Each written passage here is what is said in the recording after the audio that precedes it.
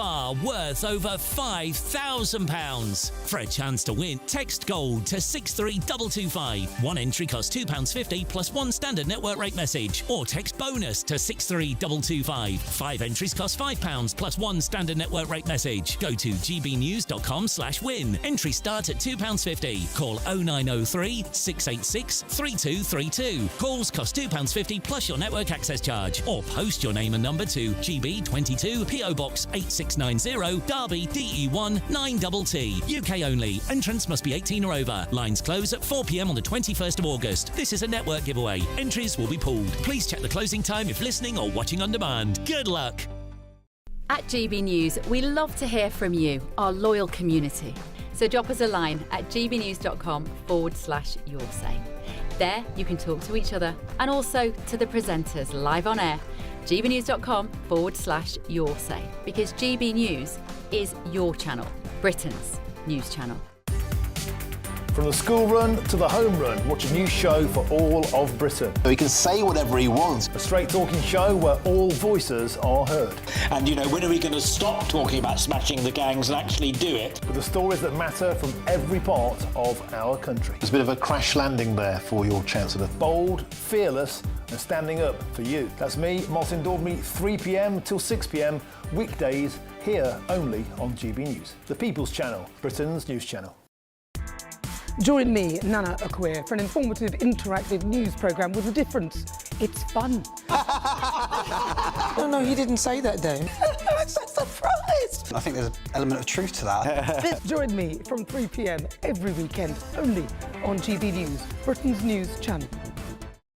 Hi, I'm Michelle Dewberry, and my show is your opportunity to cut through all the noise and dive in headfirst to some robust debates. Ideas clash. Situation, isn't it? No, because the failure is you're deliberately avoiding my point. Nothing's held back. And if you think this is the end of it, wait for more. And we do not shy away from the difficult stuff. Sometimes I want to shake people and say, if only you understood. So join me on Dubes & Co. weeknights at 6 p.m, only on GB News, Britain's news channel. Breaking news, live updates, stories that matter. From the heart of the GB newsroom to every corner of Britain, with our team of dedicated journalists across the UK. GB News bulletins are there to deliver the latest news that matters to you. Bulletins on GB News, the People's Channel, Britain's news channel.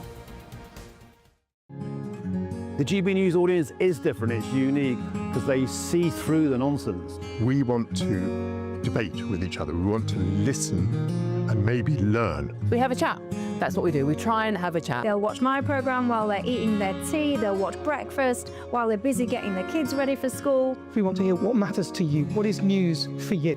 And what's brought you out here today? What are the biggest issues affecting this particular area? The audience are the best thing about GB News. Their friends, their family.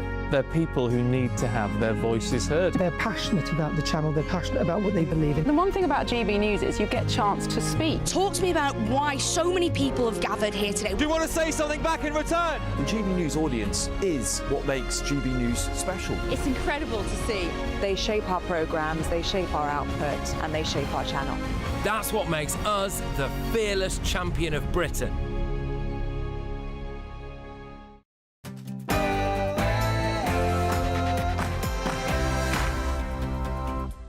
Good evening, it's 9 o'clock. I'm Alex Armstrong. Tonight on the show, a GB News exclusive. How much money do you think taxpayers have spent giving legal aid to 3 asylum-seeking rapists? And... to actually adopt a refugee and take them into your home? Well, if I had any space, I would. If you had any space. It wouldn't be a nice place to bring them because it's a bit overcrowded. Well, lefties across the country are about to be tested, aren't they? Because the Home Secretary is planning on flooding the country with thousands more refugees under new legal route plans, and she wants you to house them. Also, politics in this country, British politics, is tired. It needs a new script. Well, Andy Burnham is supposedly mooting taxing Southerners more, despite the south of England already paying more in tax to subsidise the north. Is this more divisive class war politics? Plus, an anti-illegal migrant movie has been banned in Germany, sparking outrage on social media as many say it stinks of two-tier hypocrisy. And...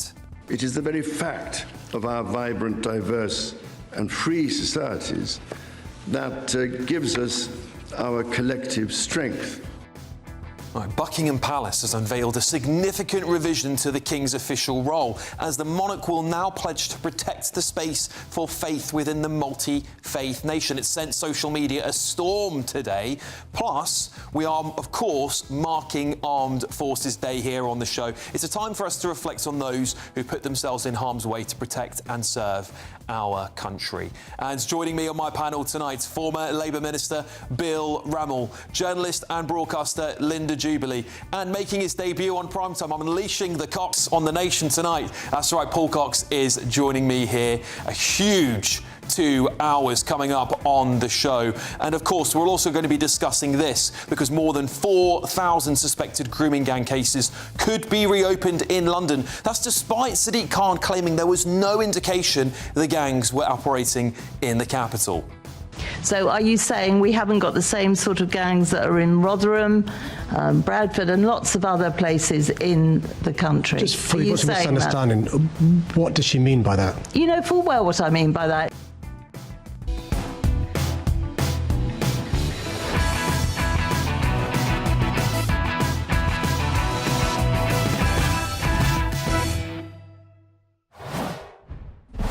Breaking news, a 34-year-old Somalian-born British man has been arrested on suspicion of dangerous driving and attempted murder after 5 pedestrians were injured after a car drove into them in West London. The Metropolitan Police said the car involved did not stop at the scene in Ealing, but was stopped nearby and the driver was arrested. A 4 spokesperson said this.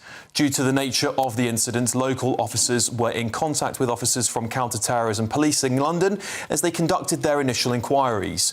While investigators are keeping an open mind as to any potential motive, the incident is not currently being treated as terrorism. 2 of the pedestrians were treated at the scene and 3 were taken to hospital, although none have life-threatening injuries or life-changing injuries indeed. We will bring you the latest on that story throughout the show. Now, 3 rapists, small boat illegal migrants, were given over £60,000 in taxpayers' money to help with their legal cases. A response to a Freedom of Information request obtained by GB News shows that 3 men cost the taxpayer a total of £60,561.15. That's after they gang raped a woman on a Brighton beach in what a judge described as a cynical, predatory and callous attack.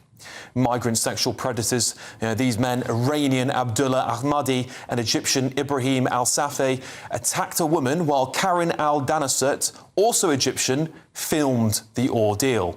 Ahmadi received the lion's share of this aid, with his legal aid costing a staggering £42,000.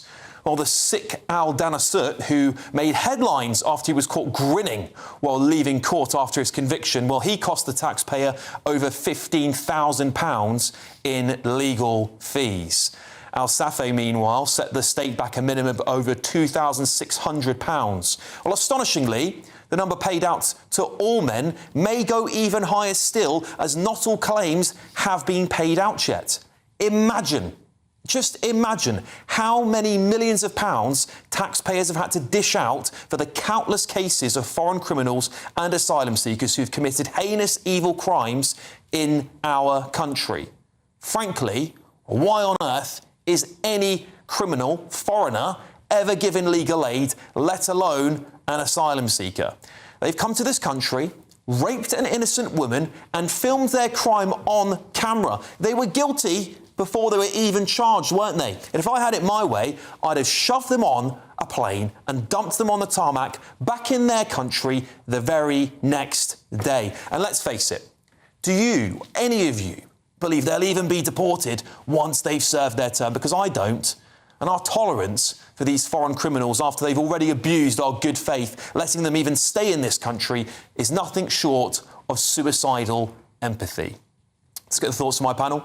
Former Labour Minister Bill Rammell, journalist and broadcaster Linda Jubilee, and GB News contributor Paul Cox. Well, Paul, welcome to the show. I'll start with you on this story because I think the question many people ask when they see these cases is it even a good use of taxpayer money £40,000 for one of them to be given defence after they literally filmed what they did. Well, I'll answer the direct question first, which is it a good use of taxpayers' money? No is the direct answer to that. We have to understand this system, though. This system is an overly fair system designed long before the nightmare of mass immigration had even begun. In fact, designed during a time where mass immigration would have seen as a mass invasion. We could not have comprehended the type of migration that we've got now and the cultural shifts that it's brought. And unfortunately, within that cultural shift, we've seen crimes that simply were committed very rarely in the UK up until recent years, being committed on an almost daily basis now.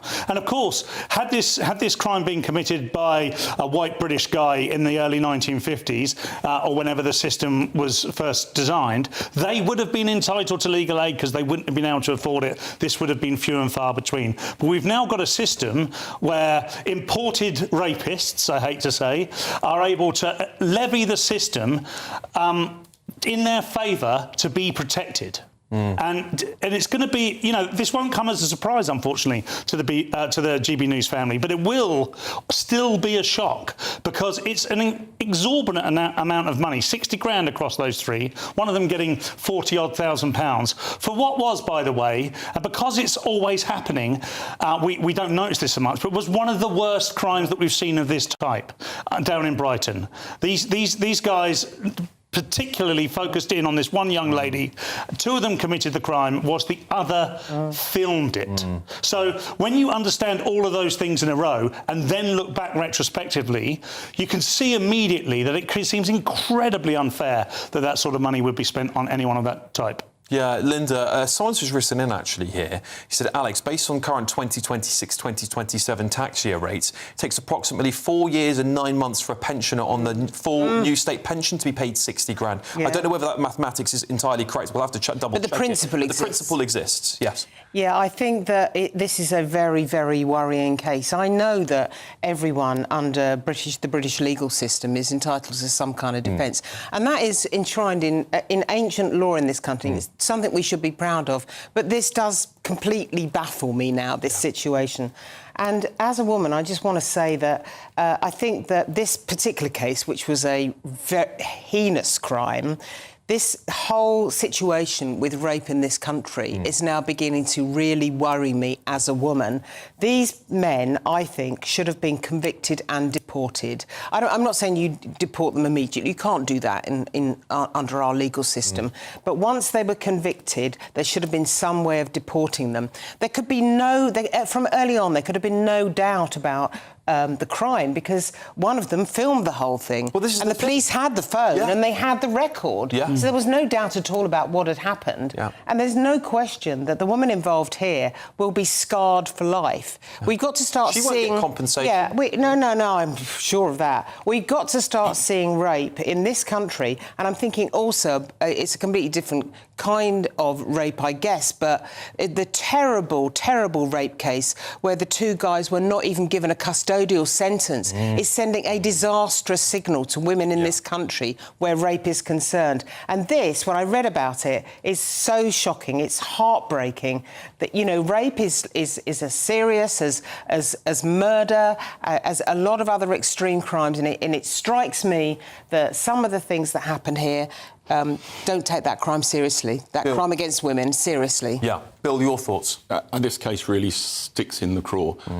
This was an utterly abhorrent case. I mean, filming whilst you're raping someone, it turns the stomach. And the fact that they've got legal aid, I think every reasonable person will be saying, how does that come about? Now, this happened under the legal aid provisions that predate this government.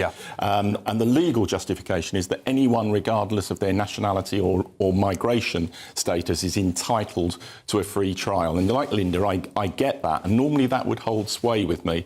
But I think cases like this so risk undermining public confidence in the asylum system that I think there is a case for reviewing what's called the interests of justice rule that is one of the criteria to get legal aid and to exclude asylum seekers from getting legal aid.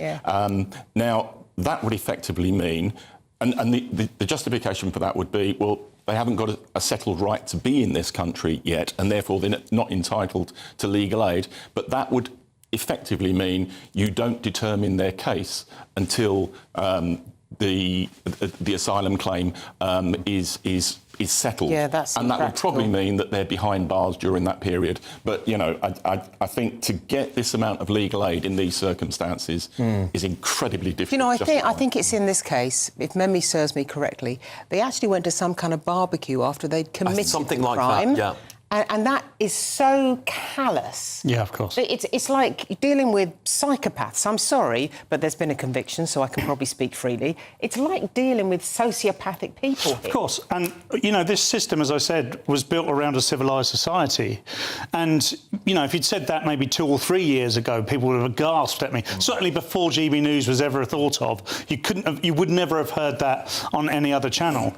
But it's true to say that we had systems and cultures in this country built around the way people behaved for millennia, and now that's changing. The reality for me, 2 of these blokes are Egyptian, right? 2 Egyptian men. There is no war going on in Egypt. No reason for them to be We there. should be able to pick them up and go, right, the Iranian national, I can see the lefty lawyers and the ECHR having a meal out of it, right? But these 2 blokes, Ibrahim Al-Saf, Karen Al-Danasert, 20 years old and 25 years old, both Egyptian nationals, they shouldn't even be in this country. It's not a war zone. They shouldn't be. They shouldn't be here. If we know they're Egyptian, why on earth are we still housing them? I cannot get my head around that. What are they running away from? There are refugees who leave Palestine, Gaza, and go to Egypt. I can't understand this, Linda. And this is the thing. The 3 of them, one of them, that evil man who was smiling, that evil smile he did after the court hearing, it just says to me something is wrong in our society. I just don't think that you can have men like that, you know, with those kind of impulses in this country. Women are fearful enough already. We are fearful about being out late at night. I've got a daughter in her mid-20s. I'm fearful about her. And these cases, they just terrify me. They really do. And they're having a very bad effect on very many women and our perception of how safe they are in this country. Yeah, Bill, Egypt hosts over 900,000 refugees. Why on earth do we accept any refugees from Egypt here in Britain? Because legally you have to judge each case on its merits, and I think that is correct. But even if they're coming from a safe country? Well, I mean, you know, part of Shabana Mahmood's reforms are to actually review the status of countries, and if they are deemed to be safe, then even people who've got refugee status can then be Which is a sensible thing to do. Yeah, no, because, you know, people go to Sharm el-Sheikh for holidays. I know, but the other point to make here is I'm not in any way, shape or form justifying No, this. I know you're not. I've made it clear. Yes. I think there's a need for a change. However, context, people could run away from this case and think, well, this is where the majority of legal aid is going. I did some basic research this afternoon. 99.6% of legal aid recipients are British citizens. Correct. Yes, absolutely right. Paul, I think many people are wondering, when they see cases like this, whether or not we've become a very soft touch in our country, and how on earth our laws are not keeping up with the pace of change. We've had this crisis has been going on, well, since, 2018? It's almost 10 years, and yet our legal system has not caught up. Our politicians are not legislating fast enough. We've allowed the illegal migrant crisis to bring in over 200,000 people into Britain, and yet we're just not catching up. Why do you think that is? I mean, it takes a long time for a system like that. I'm absolutely... You know, there'll be people screaming at television now saying, we must change, stop talking about it, just make the change. Unfortunately, I wish that was the case, and I wish I could just sit here and say, I don't know why Labour haven't done this, but it's got nothing to do with Labour, Conservative, Lib Dems, anything like that. It's a collective issue over many decades. And the reason it hasn't caught up is because there was a time when being that soft, being that democratic, having a justice system of that nature was a sign that we had evolved as a nation, evolved as a civilization. Unfortunately, we've started to devolve a little bit, and as a result, the system isn't keeping up. And the reason the system can't keep up is because it just cannot change that quickly. It also takes a political will, and I don't think I've seen any party in the last 10 years have the political will to sit and have the discussion and say, our culture's different. And if they are different, how does our justice system manage that? Yeah, this is the thing, right, Linda? When we look at how long these men might spend in prison, and now we hear recently, of course, that the government are going to have to let out rapists and murderers early. Yeah. These men could be out within a few years. That's what I mean. The whole thing is very worrying if you're a woman. Well, let's hope so, right? But that's the reality, certainly under the changes the government has brought in. Well, one of them won't get deported because he's an Iranian national, right? So he definitely won't be allowed to leave under the governance of ECHR rules. We won't be able to send him back to Iran, will we, right? Two of the Egyptians you certainly hope will. We could. But that's another part of the problem, isn't it? The thing is that if you... opinion is divided on this, but let's assume you want a diverse country. You want to have diversity. And there are some good things about that.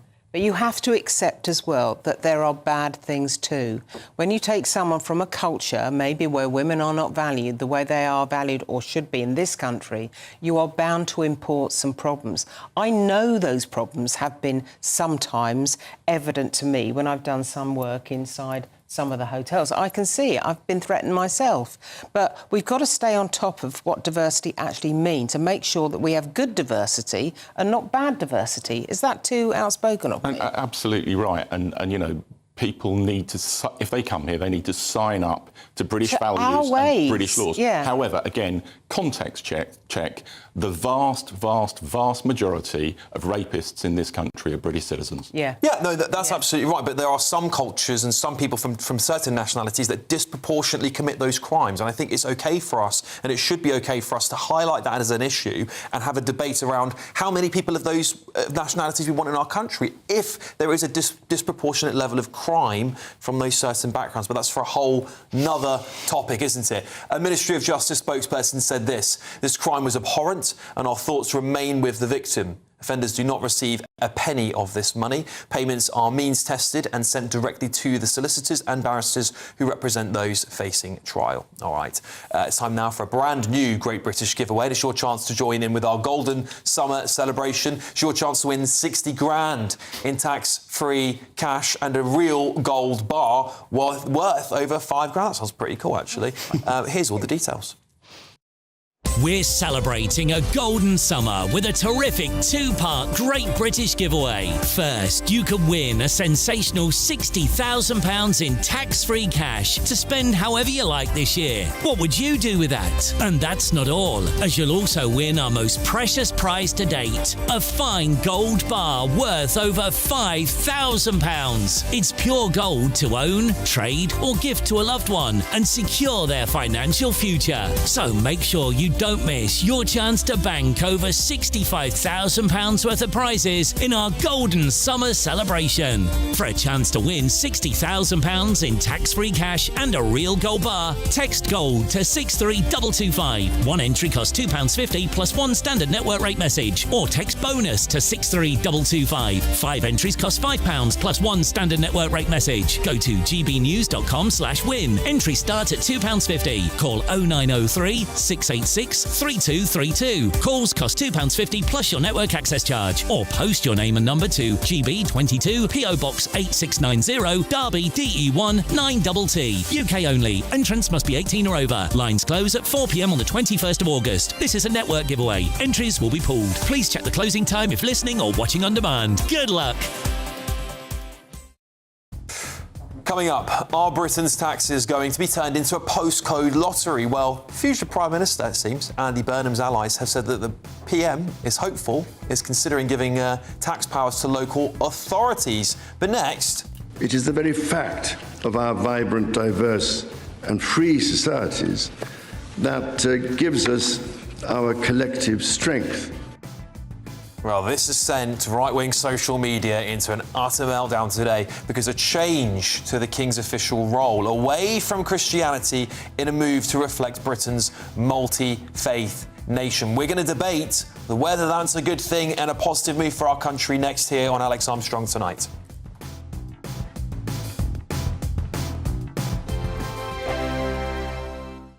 Bold. They are under no illusion. Ray. Are you a human trafficker? Boundless. I've had enough of the nonsense, and I'm not afraid to say it. Don't get this on the BBC. Every weeknight, I tear through the headlines. The smell of gasoline. Should we be worried about it? From Westminster madness to cultural war chaos. What I'm going to do now, they are throwing things out the car as we speak. Get ready, Britain. Here we go. Patrick Christie tonight, weeknights from 9 p.m, only on GB News, Britain's news channel. At GB News, we love to hear from you, our loyal community. So drop us a line at gbnews.com/yoursay. There you can talk to each other and also to the presenters live on air. gbnews.com/yoursay, because GB News is your channel, Britain's news channel. Westminster's full of talk, but out here, it's the real world. Am I allowed to talk now? No, that's it. This is where it matters, real people and real lives.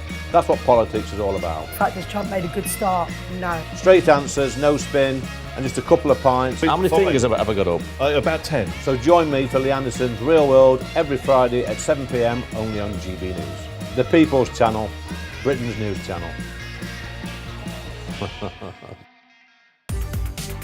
From the school run to the home run, watch a new show for all of Britain. He can say whatever he wants. A straight talking show where all voices are heard. And, you know, when are we going to stop talking about smashing the gangs and actually do it? With the stories that matter from every part of our country. There's a bit of a crash landing there for your Chancellor. Bold, fearless and standing up for you. That's me, Martin Daubney, 3 p.m. till 6 p.m, weekdays, here only on GB News. The People's Channel, Britain's news channel. Hi, I'm Michelle Dewberry, and my show is your opportunity to cut through all the noise and dive in headfirst to some robust debates. Ideas clash. Situation, isn't it? Because the failure is you're deliberately avoiding my point. Nothing's held back, And if you think this is the end of it, wait for more. and we do not shy away from the difficult stuff. Sometimes I want to shake people and say, if only you understood. So join me on Jubes & Co. weeknights at 6 p.m, only on GB News, Britain's news channel. Some people enjoy lazy Sunday mornings, but not me. What's the truth of the matter? So that's a very live question. Would you support him if he waters down these plans? Before the spin sets in, I'll be getting to the truth. This is personal. No soft questions, no easy answers. It's one thing if the state has rules in this country. It's another thing whether the police and others actually police them. Setting the agenda and holding those in power to account. You can't really blame her if the system is set up this way. You will not want to miss it, trust me. The Camilla Tominey Show, Sundays from 9:30, only on GB News.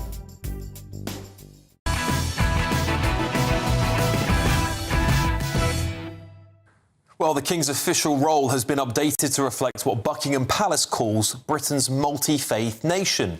While remaining Supreme Governor of the Church of England, the new description says His Majesty will protect the space for faith. But as the Supreme Governor for the Church of England and defender of the faith, should the King be focusing on Christianity? Well, we're now joined by former MEP for East of England, David Campbell-Bannerman, and political commentator Fahima Mohammed. Welcome to the show, both of you. Thanks very much for joining me this evening. David, I'll start with you. What's your take on this new change, this sort of official changing, I guess, of the role of the King? I think it's very worrying. I mean, I think to some people it may seem trivial, but it isn't trivial. It's about the Constitution, the British Constitution. That's why it's so relevant. You know, the King is free to he's head of the Commonwealth as well, and he's free to religions of all types around the world. But this is about the British Constitution, and I think it's a fundamental change. He's meant to defend the faith, which is the Church of England, and he's Supreme Governor of the Church of England, no other institution or church or religion. Fahim, what do you make of these changes? Well, I think Britain hasn't stopped being a Christian country in terms of its constitutional heritage, and the King remains supreme governor of the Church of England. He took an oath to uphold it, and that has not changed. What has changed is recognizing the reality of the country he serves. The modern Britain is home to Christians, Muslims, Jews, Hindus, Sikhs, people of all faiths and no faith at all. And the constitutional monarch is there to unite the nation, not rank citizens by religion. And protecting everyone's freedom to practice their faith doesn't, weaken Christianity. So it demonstrates one of Christians' own sort of like core values, which is tolerance, dignity, and respect for others. And the King can defend the Church of England while also being a king for every British citizen. And we can't blur two different roles, the two constitutional roles, Supreme Governor of the Church of England, which is a religious role, and the Head of State, which is a constitutional role. And the first requires him to uphold the church. The second requires him to represent every citizen. Those duties can coexist. OK, David, do you think the duties can coexist? Well, just to point out, I mean, the Church of England is the official church. It's the established church. It has a special status. I don't buy, it's not about, obviously we want to celebrate the fact that there's a lot of different religions within the UK, but this is constitutional, and this is about his constitutional role. And I think it muddies the waters and is actually very dangerous. I'm sorry, it shouldn't be conditioned by modern society and what sounds good. It's not about PR. This is about the Constitution. And people have died over this. We've had civil wars. We've had Armada attacking us. And we don't want to go down that route. It is actually very fundamental to our DNA as a nation, and it's not acceptable. Fahima, there's I guess a precedence here. The Church of England was formed by Henry VIII after successive wives. Of course, he wanted to get his divorces done. So the British Church the English Church indeed was established, leaving Catholicism. It's quite a critical role that the King plays in that. Do you think it's difficult for someone who essentially is a pope-like figure for Anglicans to have to be able to also defend other faiths? Do you think there's a conflict of interest there? I mean, it's kind of like expecting the Pope to defend and try to advance other faiths and protect those. It's sort of unheard of. I think that's where perhaps a lot of this controversy comes from. What do you make of that controversy, Fahima? Well, again, like I said, his role. One second, David. I'll come back to you in a second, David. Let me just hear from Fahima, and I'll come straight back to you. Yeah. Britain has its Christian constitutional roots. No one's denying that. But the King is not only king of the Anglicans. He's head of state of every citizen. So that's what we need to understand. And King Charles has expressed versions of this view for decades, even before becoming king. He spoke outrightly to ensure people of all faiths and, making sure that while retaining the traditional title Defender of the Faith, the revised wording is therefore consistent with the long-held philosophy rather than a sudden change. It's taking us away from that, and it's confusing the picture. That is dangerous. No, it's no confusion. I mean, I understand that, and I welcome that, but this is not the way to do it. This is a constitutional matter, and he's got it very wrong, I'm afraid, and no wonder people are very concerned about it. David, can you just explain the constitutional problem this creates in your opinion? Well, it undermines his job. Fatima there is talking about being nice to other religions. It's not about that. It's about defending the faith. That's his job. The Church of England. And he's doing that. It'd be nice if someone actually did promote the Church of England. I'm afraid we've had a succession, of our Canterbury, the archbishops, who've not done a great job. But the King is there, and the Queen took this very seriously. The previous Queen took this very seriously indeed. And I think it's messing with the Constitution, this. I know, as I say, the wording looks it's very trivial changes, but actually it's fundamental. And we've got to look at it very, very closely. Go ahead, Fahima. Well, the crown is not a culture war weapon, and the king is not a parish priest. He's the head of state. Defending Christianity does not require ignoring everyone else. And he is also the head of the church as well. It is not replacing Christianity. It is only recognizing citizenship. And a Christian country should not fear other religious freedoms. You do not protect Christianity by making non-Christians feel like second-class citizens. The monarch must unite the nation, and he actually has. Not a nation. I mean, would you like him to convert, by the way, madam? Would you like the king to convert to Islam? No one's talking about that. He's not converting. He's there to represent everyone. It's not a Muslim and Christian debate. It is about a debate for all British citizens who swear oath to the king and pledge allegiance and work regardless of their faith. So he is also, sticking to that, and the church remains established. The oath remains. The title remains. So what exactly has been lost? OK, well, I have to leave it there, you two. Thank you for a very hearty debate on this. Former MEP for East of England, David Campbell-Bannerman, and political commentator Fahima Mohammed there. I tell you what, I understand people, the king should, look after every citizen of this country. I understand the constitutional needs to do that. But I do think this puts the Church of the Anglican Church into real trouble. Constitutionally, I agree with David. I think there's an issue with that.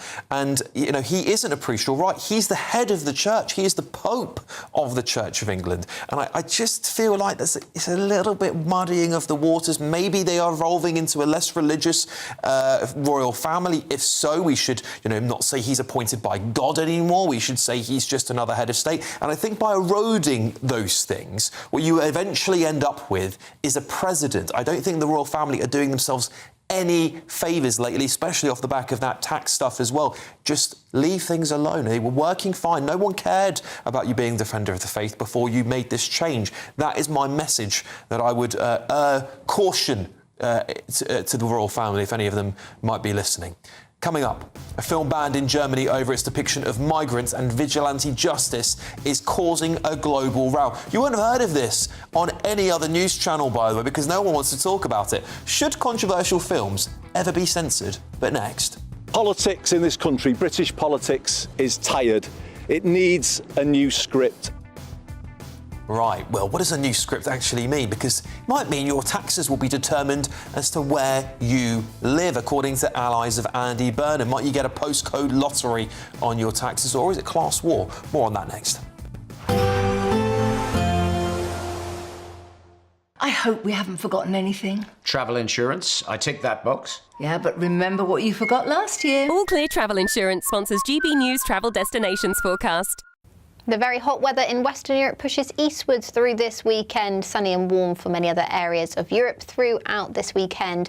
Highs of 28 degrees in Tenerife on Sunday. There's a risk of heavy rain and thunderstorms moving up across parts of Spain as well as France. Over the Alps as well, a risk of thundery downpours, and it will turn very hot across parts of Italy in particular through Sunday. But here's your outlook. It remains very sunny for many areas. Temperatures in the low to high 30s. Have a good day. All Clear Travel Insurance sponsors GB News Travel Destinations Forecast. Hello there and welcome to your GB News weather update from the Met Office. It's been another hot day for parts of the UK today, but it is going to turn a little bit fresher as we go through the weekend. It is going to be quite muggy for places overnight as well.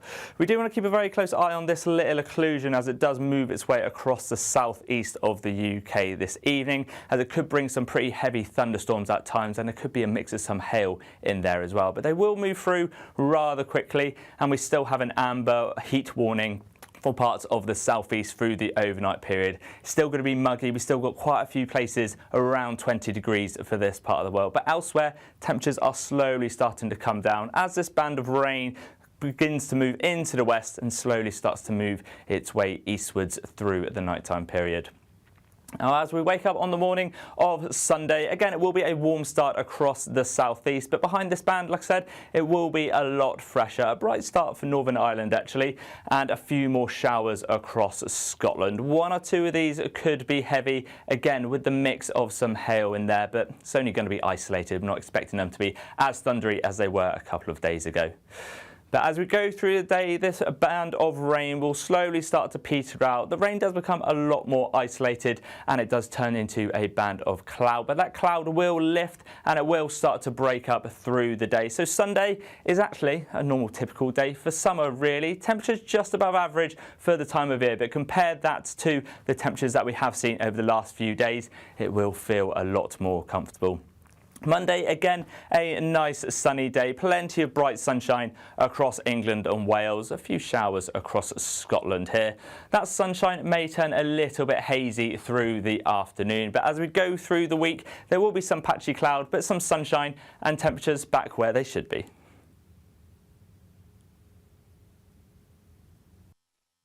You want to know what's really going on in the corridors of power? Labour don't know what to do with you half the time, and that makes you quite lethal in the chamber. Get behind the headlines with Chopper's political podcast. Join me, Christopher Hope, as I sit down with the great and the good of British politics. We'll see where this ruling takes us. These are the stories shaping our nation. Chopper's political podcast, available now on all platforms. Listen in and stay ahead.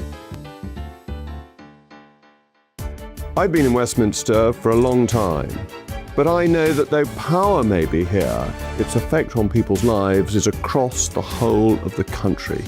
We may be where rules are made, but it's where they're implemented that matters. Join me, Jacob Rees-Mogg, for forthright and frank discussion on where Britain has come from, where it's going, and where it will end up. That's State of the Nation, Monday to Thursday, 8 to 9 o'clock. Vox Populi, Vox Dei. GB loyalty points are here. They're our way of saying thank you for spending time with GB News. Through commenting on your say, voting in You Decide polls and shaping the debate, you can earn GB loyalty points. Unlock rewards, reach milestones and climb leaderboards. Don't just watch our programmes, come and be part of them. Get started by scanning the QR code or go to gbnews.com/loyalty points.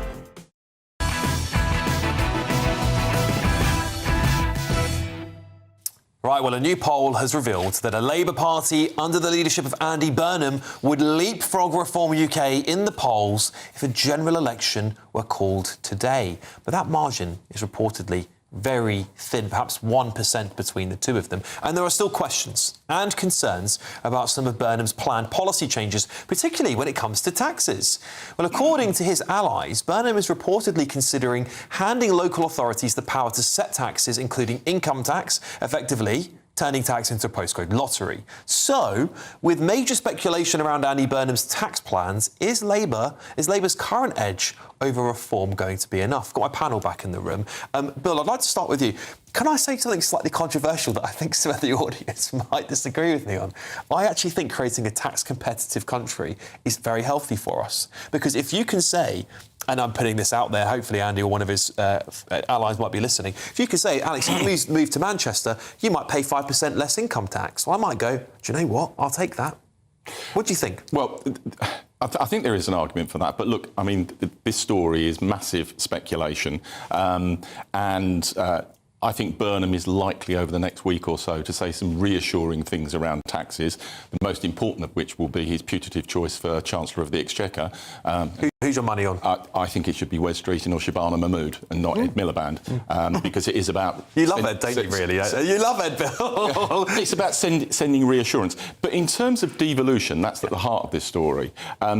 There is a strong case for devolution, and Burnham has championed that. We have the most centralised state in virtually any Western democracy, and I don't think it's to our advantage. In terms of taxation, I think the idea that you'll devolve income tax rates is for the birds. Yeah, totally agree. There's no way you can police that. However, what you could devolve is the setting of business rates, and that would drive the kind of dynamism and competition between regions that arguably would be beneficial. No, because I think the concentration of all the top businesses in London is not healthy. Not only is it not healthy for the growing amount of people living in London, which is totally unsustainable levels now, but also not good for places like the north of England that have been completely left behind. I totally agree with you on that one.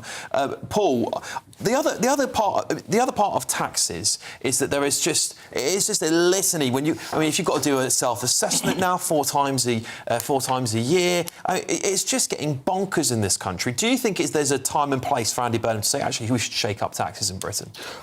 I'm not a massive fan of devolution. I think it's one of the worst things to have happened to the overall union. I don't think since we devolved under those glorious Blair Labour years that we've actually seen something that's become, this brilliant utopia. I think it's caused problems, particularly in Scotland. So if we look at it from a devolution perspective, I'm not sure about that. I understand the competition. If it was on income tax, it would be so confusing. Yeah. I mean, it's already incredibly confusing now. We all pay someone to do our taxes because it's a right pain in the bum. Let's be honest. And if that had to happen, I can sometimes work in 6 or 7 counties a year, maybe even 10 counties a year. Would that make any difference? Do I have a haven county? Do I say, actually, I spend most of my time in Lincolnshire because they've only got 18% income tax instead of where I actually live in Hampshire, where it's 28% or whatever. So I can't see that working. I can also see people manipulating that. And with regards to London, I think maybe the opportunity's passed because all the airports and infrastructure are built around London. In order to take it away from London, you'd have to pretty much build a very similar type of infrastructure in wherever you were going to do it. Well, we did hear rumours as well, Linda, that Andy Burnham might be considering sort of a north-south divide on taxes, things like local council tax, things like that being higher in the south of England rather than the north. What would you make of those sorts of plans? I think those things are maybe all worth considering, but I don't think he's going to do anything, as Bill says, just yet. He's got much bigger announcements to make with the appointment of the new Chancellor of the Exchequer. To reassure people, and in particular reassure the city, that he's got to grips with everything. He is being advised, apparently, by Jim O'Neill, the ex-Goldman Sachs banker, and that's a very important factor. So I don't think he's going to be getting into the nitty-gritty, but there's no doubt that something has to be done in terms of evening up the north and the south. Now, I thought of this on the way in. I used to work on a programme called Tonight with Trevor McDonald at ITV, and there was one office in London and one office at Granada HQ in Manchester. It was entirely cosmetic. The only thing it did for that programme was make enormous airplane bills, enormous rail bills, enormous petrol charges going backwards and forwards between 2 centres, and it meant absolutely nothing in terms of evening up the north and the south. Now, actually, Bill, what you mentioned, business rates, that isn't a bad idea, because what you want to do, you want to encourage business to the north. And although Paul is saying a lot of the infrastructure is around the south, when you're thinking of growing SMEs and smaller businesses, the heartblood of this country, actually that would make a difference. Yes, and you can grow those businesses, give them the right support, and it would make a big difference to some of those communities. And let me say, before I finish, that we have an incredibly complicated tax system in this country. And I think maybe we can draw a lesson from someone like Germany, which has a completely different system when it comes to devolved regional areas. Maybe we should take out a leaf out of their book. One final point. I mean, look, I'm an Andy Burnham fan. I think he can be a good Prime Minister. But I think he needs to be careful not to go too far with the London bashing. London is a global city that is in this country's national interest. And, constant undermining of London, I don't think serves any of this. And I think that's what I'm saying. That's what I'm saying to start with. You don't need to bash London, and you need to go relatively carefully on this subject. Paul, the new polls coming out at the moment, some of them showing Reform UK and Labour neck and neck in the polls. Right time for a general election, do you think? Well, I think so. I'd like to see a general election, actually. I've been saying it ever since Keir Starmer stepped down, and for many weeks beforehand.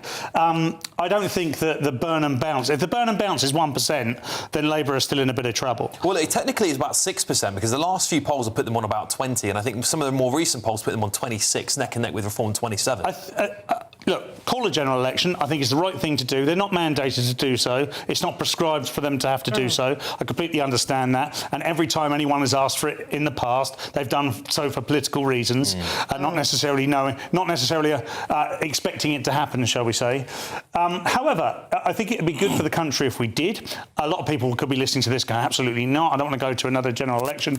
But one thing that's going to come of that, should it happen, is the alliances, because there isn't going to be one outright winner. Right now, at this period of time, towards the end of 2026, early 2027, there's not going to be one outright winner. We already know the left are particularly good at coalescing around one idea. And if they thought that idea was to stop Nigel Farage getting anywhere near power, I think Labour, Lib Dems and the Greens would all coalesce. But we don't think there's going to be one outright winner anyway, even if this government goes to its full term. We still think we're in a multi-party country now. Bill is shaking his head, but I cannot see there will be an outright winner. You need to understand the electoral system. You only need to be, say, 6%, 5 or 6% ahead of the next party, and certainly if that was the Labour Party, the way the constituencies stack up, they would get an overall parliamentary majority. I think you're right. Now, I'm not saying that we're there yet, but I think the interesting thing is, I think Burnham does have the ability to cut through. And if you look at the evidence of the polls, you know, the polls this weekend, not only does it put Labour, albeit marginally ahead under Burnham, on all the leadership qualities, Burnham leads Farage by about 15 to 20%. And Kemi Badelop's not doing too bad. What did Gordon Brown do wrong? 2007. Didn't call one. He didn't call the general election. And at the moment, I've said this a billion times before, if you're Andy Burnham and you're looking at the state of the right eating itself alive, Tories and Reform saying they won't do alliances, you've got Restore Britain there eating into some of your percentage, maybe up to 7% in some constituencies. I'd like my odds, and I wouldn't mind being in bed with the Lib Dems, perhaps who are pro-EU, might want to take us back into Europe, which also I'm sure Andy Burnham could blame on them. I don't think you can underestimate Kemi Badenoch, though. No, I'm sure not. She's doing OK in the polls. General elections, anything to play for. Totally right. Look, coming up, if you'd like some extra cash, Labour government could be offering Britons money to take in refugees. The left are really going to be tested on this one, aren't they? But next, another controversial move against free speech after a film has been banned in Germany for being anti-migrant. You wouldn't have heard of this movie, would you? That's coming up next.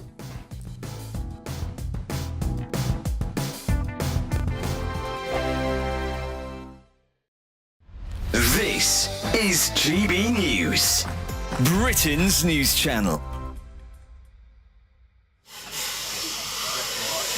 The final preparations before a world first. At RAF Wittering in Cambridgeshire, these JCB mechanics and engineers are attempting to rewrite history, chasing a world land speed record with a hydrogen car. The JCB Hydromax puts out 1,600 horsepower, powered entirely by 2 hydrogen-fuelled internal combustion engines. The 32-foot-long vehicle is trying to beat JCB's existing record, which was achieved with a diesel engine back in 2006. It reached a speed of over 350 miles an hour. For chairman of JCB Lord Bamford, the new car is about pushing the boundaries of new technology. GB News, the People's Channel. This is GB News, Britain's news channel.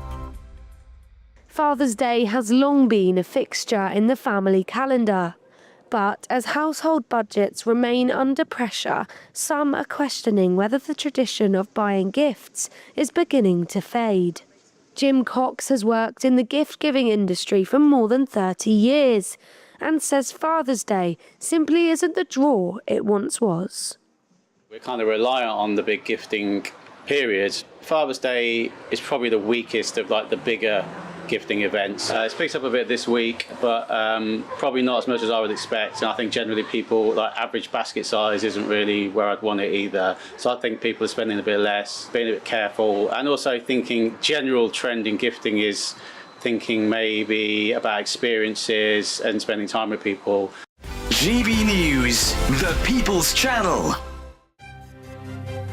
GB News Breakfast, every day from 6 a.m. What does it do for people who are wounded, injured or sick veterans? What does it do for them to do this sort of voyage on this wonderful sailing ship? Good morning. It is that human impact, and that's why Turn to Starboard exists, and even at the Invictus Games Birmingham 2027. It's about giving people maybe a reset, maybe seeing, taking that breath, but also a bit of camaraderie as well. Literally everybody's in the same boat.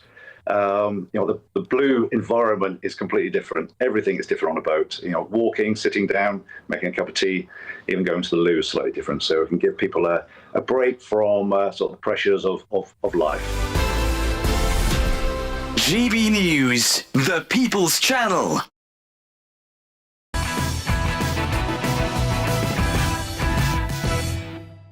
All right, well, a controversial new film depicting a man taking vigilante justice against criminals has been banned in Germany over concerns it could incite violence against migrants. Well, in the film, the protagonist, played by a controversial figure in his own right, Armie Hammer, that's a real name, by the way, if you haven't ever heard of him, tackles migration, crime and public frustration with the justice system, prompting fierce debate over censorship and free speech. So, should provocative films be banned? Stuck here with my panel in the room to talk about this as well. Paul, the reason why I feel this is a bit two-tier is earlier in the year, a Hollywood blockbuster starring Leonardo DiCaprio, which was basically dubbed Antifa the Movie, was met by critical acclaim, and it shows a black woman basically bombing parts of the country, taking terrorist actions, and the Academy Awards loved it. It was shown everywhere. I watched the movie. I was a bit shocked by some of the stuff it was promoting, actually, and that was about supporting legal migration and movements like Black Lives Matter. Now, this movie's come out. It's been banned in many countries. Of course, it's all about what's agreed and what's not agreed as part of the mainstream narrative. So, as you just described, that movie, which I forget the name of right now... Just call it Antifa the Movie. Antifa the Movie, That's what I've called it. It was doing exactly that, and it was just hitting all the right notes, and everybody in charge was like, yes, please, that's good. And it's not inciting anybody to do anything. We haven't seen anything since. So they're either saying we're too stupid, which often seems to be the way of these things, because at the end of the day, if you're going to stop a movie because it incites violence, then you're going to have to... Where are you going to stop? I mean, the BFG, the Big Friendly Giant by Roald Dahl, that was inciting violence against giants. and I would say, arguably, that was a good idea. Yeah. Well, the movie's called One Battle After Another, the Antifa movie I was talking about. Linda, do you think it's two-tier hypocrisy over that? I see your point that you made about... the BFG one. No, that was a very good intellectual. point. But I think that there is an additional worry I've got here, and I think I can see where, is it the German authorities and several other countries are thinking, is that we have become very dangerously confused about what is drama and what is reality and what is a documentary. And I think their fear is that they see this going ahead and they wonder, could this be replicated in the public arena? Mm-hmm. And I think there is some chance of that happening. I can remember violent films when I was younger where violence was copied and it was perpetrated and convictions were brought in. I guess so I understand it with this film. I understand why they've done it. The problem I have is that we release video games. We've got a new Grand Theft Auto game out, which is going to be played by millions of people across the world. We're accepting of that. We're accepting of One Battle After Another, which also did promote massive amounts of violence. Do we have a two-tier system when it comes to these sorts of things, Bill? I don't think we have a two-tier system, but look, the context for this is that the guy who's made this film, Uwe Boll, is a deliberately provocative filmmaker of fairly dubious quality.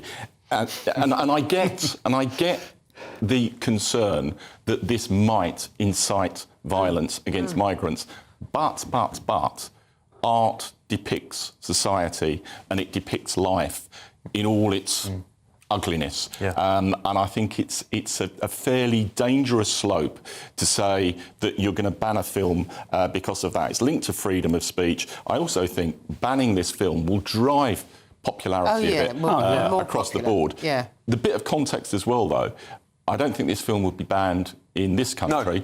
No. I think this is partly Germany and the history of Nazism, and you know, which makes it much more sensitive to these issues. Yeah, it is interesting, isn't it? And maybe it's not getting the attention because it isn't a Hollywood blockbuster, but it is published on X. I think Elon Musk has posted it on his. I think there's some people saying it's posted on YouTube as well. So if you do want to see it, obviously go and watch it. But you know, as with everything, you think it's a bit. I think I actually agree with you, Bill. It's a piece of art. You know, some people will be disgusted by it, some people will love it, and vice versa. It's not actually the film that does the damage, it's the surrounding conversation that does the... All right, listen, we're going to mark Armed Forces Day, of course, on the show, but next...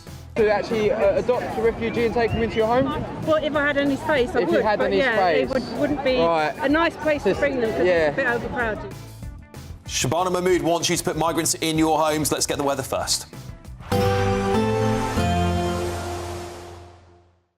Expect warm spells with the odd rude interruption. Box Boiler sponsors the weather on GB News. Hello there and welcome to your GB News weather update from the Met Office. It's been another hot day for parts of the UK today, but it is going to turn a little bit fresher as we go through the weekend. It is going to be quite muggy for places overnight as well. We do want to keep a very close eye on this little occlusion as it does move its way across the southeast of the UK this evening, as it could bring some pretty heavy thunderstorms at times, and there could be a mix of some hail in there as well. But they will move through rather quickly, and we still have an amber heat warning for parts of the southeast through the overnight period. Still going to be muggy. We've still got quite a few places around 20 degrees for this part of the world. But elsewhere, temperatures are slowly starting to come down as this band of rain begins to move into the west and slowly starts to move its way eastwards through the nighttime period. Now, as we wake up on the morning of Sunday, again, it will be a warm start across the southeast, but behind this band, like I said, it will be a lot fresher. A bright start for Northern Ireland, actually, and a few more showers across Scotland. One or two of these could be heavy, again, with the mix of some hail in there, but it's only going to be isolated. I'm not expecting them to be as thundery as they were a couple of days ago. But as we go through the day, this band of rain will slowly start to peter out. The rain does become a lot more isolated and it does turn into a band of cloud. But that cloud will lift and it will start to break up through the day. So Sunday is actually a normal typical day for summer, really. Temperatures just above average for the time of year. But compare that to the temperatures that we have seen over the last few days, it will feel a lot more comfortable. Monday, again, a nice sunny day, plenty of bright sunshine across England and Wales, a few showers across Scotland here. That sunshine may turn a little bit hazy through the afternoon, but as we go through the week, there will be some patchy cloud, but some sunshine and temperatures back where they should be. Expect warm spells with the odd rude interruption. Box Boiler sponsors the weather on GB News. It's the Great British Giveaway Golden Summer Celebration. Your chance to win 2 fantastic prizes. There's an incredible £60,000 in tax-free cash. Plus, you'll also get your hands on a fine gold bar worth over £5,000. For a chance to win £60,000 in tax-free cash and a real gold bar, text GOLD to 63225. One entry costs £2.50 plus one standard network rate message. Or text BONUS to 63225. 5 entries cost £5 plus one standard network rate message. Go to gbnews.com/win. Entry starts at £2.50. Call 0903 686 3232. Calls cost £2.50 plus your network access charge. Or post your name and number to GB22 PO Box 8690 Derby DE1 9TT. UK only. Entrance must be 18 or over. Lines close at 4 p.m. on the 21st of August. This is a network giveaway. Entries will be pulled. Please check the closing time if listening or watching on demand. I've been in Westminster for a long time, but I know that though power may be here, its effect on people's lives is across the whole of the country. We may be where rules are made, but it's where they're implemented that matters. Join me, Jacob Rees-Mogg, for forthright and frank discussion on where Britain has come from, where it's going, and where it will end up. That's State of the Nation, Monday to Thursday, 8 to 9 o'clock. Vox Populi, Vox Dei. Join me, Nana Akweer, for an informative, interactive news programme with a difference. It's fun. No, he didn't say that, though. It's a surprise! pissed. I think there's an element of truth to that. Join me from 3 p.m. every weekend, only on GB News, Britain's news channel.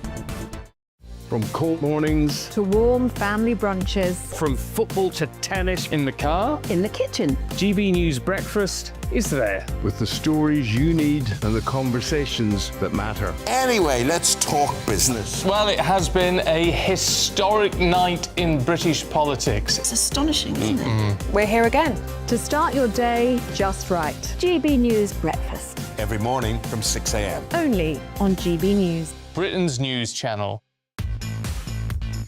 5 hosts, 5 opinions, 5 fearless debates, 5 unfiltered takes on the day's news. 5 reasons not to be anywhere else on Saturday night. This is the Saturday 5. You got me. You got me good there. Britain's biggest Saturday night TV show. It's not a bad brand. Yeah. Uncensored. Very, very racy tonight on the Unpredictable. What does she say? Can you translate it for us? And always entertaining. And how can a country go from being led by William Wallace Saturday nights from 6 p.m. only on GB News. The People's Channel. Britain's news channel. You're going to want to stay tuned, trust me.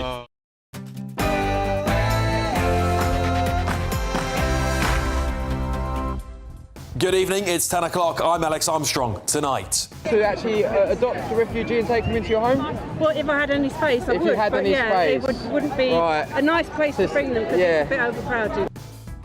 It's the biggest test for the left ever in Britain, isn't it? The Home Secretary is planning on flooding the country with thousands more refugees under legal route plans, but she wants you to house them also.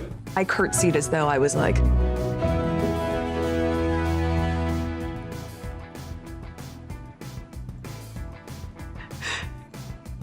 Pleasure to meet you, Your Majesty. Oh, it's always insufferable when I have to watch that clip. Well, the Duke of Sussex is reconsidering bringing his wife and children to Britain after learning they will not receive police protection. And of course, today we mark Armed Forces Day. It's a time for us to reflect on those who put themselves in harm's way to protect and serve our country. Joining me on my panel tonight, former Labour Minister Bill Rammell, journalist and broadcaster Linda Jubilee, and GB News contributor Paul Cox. And more than 4,000 suspected grooming gang cases could be reopened in London. That's, of course, despite the Mayor of London, Sadiq Khan, claiming there was no indication the gangs were operating in the capital. So are you saying we haven't got the same sort of gangs that are in Rotherham, Bradford and lots of other places in the country? Just fully what's misunderstanding. What does she mean by that? You know full well what I mean by that.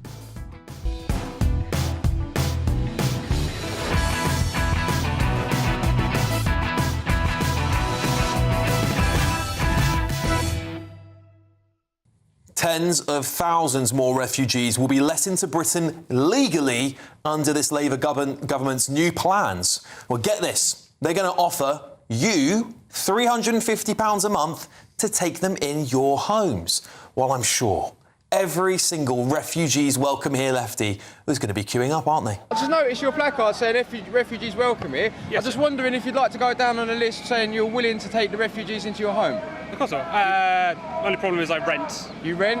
Yeah. Maybe an issue?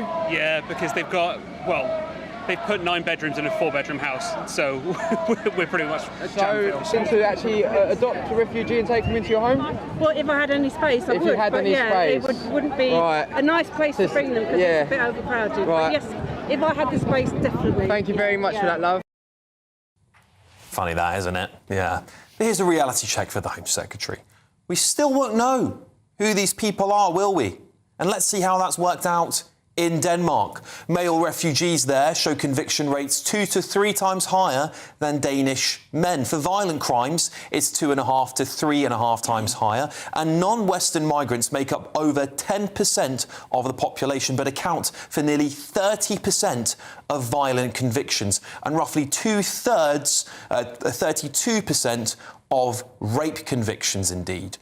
Do we want more of that here in Britain? Haven't migrant crimes already driven this country to its highest levels of public unrest in modern history? Aren't our prisons already full, we're told? And should we trust a Home Secretary who talks tough on borders but did this 10 years ago? We're still here at GBNews, where another boat of refugees has arrived. autism, there's a clothes station where they can get some dry clothes, and then there's a medic station. We're just here at a warehouse on Lesbos, just buying some water and some croissants and other dry goods that we can hand out in small packages in the refugee camps.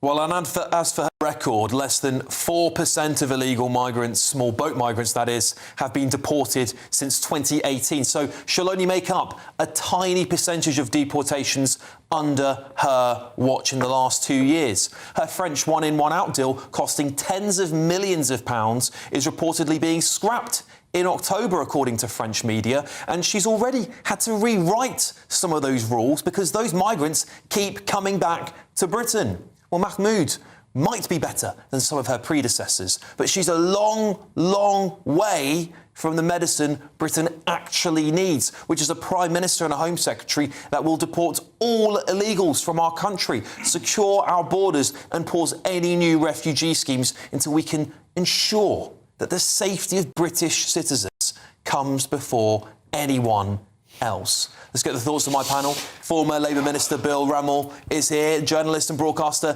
Linda Jubilee, and GB News contributor Paul Cox. Paul, I'll start with you on the show tonight.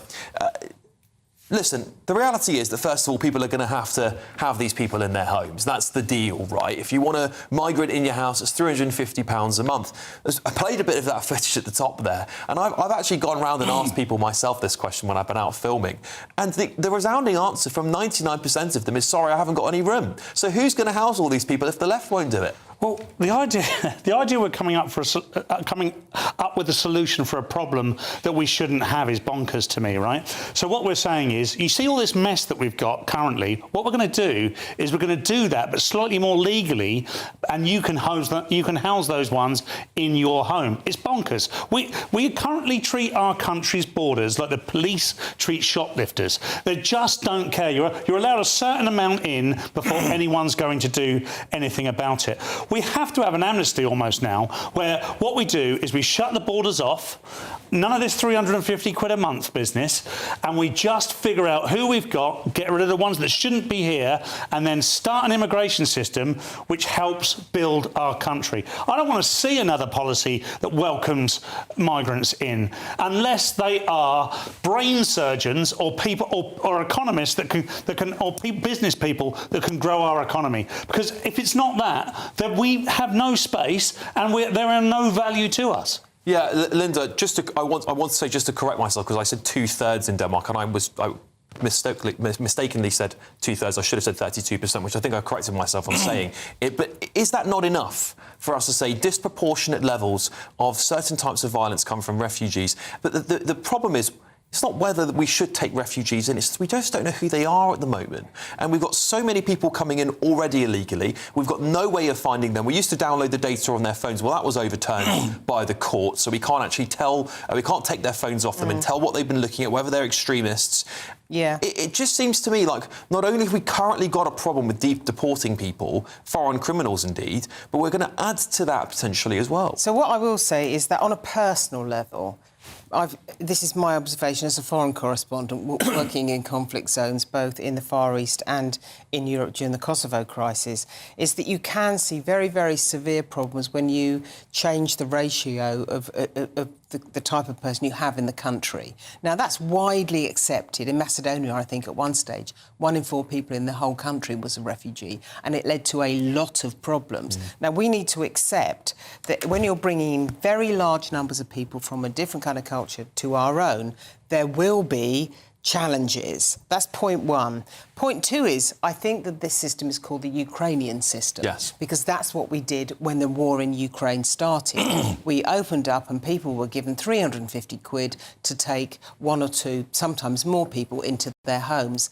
Now, that worked because people could understand the idea of Russia, a sovereign power, invading another power and driving its people out. And we saw all these pictures, traumatic scenes of people trying to get through on trains, overcrowded trains with their families, with their lives packed into suitcases. And people did take them into their own homes. But they did do so on the understanding that largely those people intended going back. Now, we can't They can't go back because Putin is obviously still, waging war across Ukraine, so those people can't go back. But people would took them into their homes. And in the area of the country where I live, there were whole villages that took big numbers of Ukrainian refugees. But they still want to go back at some point. The danger with this scheme, I think, is that maybe you'll get it off the ground, maybe you'll get some families who will take people in, but they won't want to go back. They will want to stay here. Now, I'm not saying one way or the other, whether I personally want that or don't want it, but what does this country think? Does it think that we want to bring lots of people in and then accept that they are going to stay here and maybe integrate, or maybe not, into this country? Bill, are we not already full? Look, I think it is legitimate to have concerns about migration, about the numbers, and the context is that the government is making progress. Net migration is down by 800,000. The boat crossings are down by 40%. Asylum numbers are falling. This particular initiative, this community sponsorship scheme, it's limited numbers. It's 10,000 between now and the end of the decade. That's about 2,500 per year. And it's to demonstrate that there are legitimate routes through which you can come to this country as opposed to illegitimate routes like the boat crossings.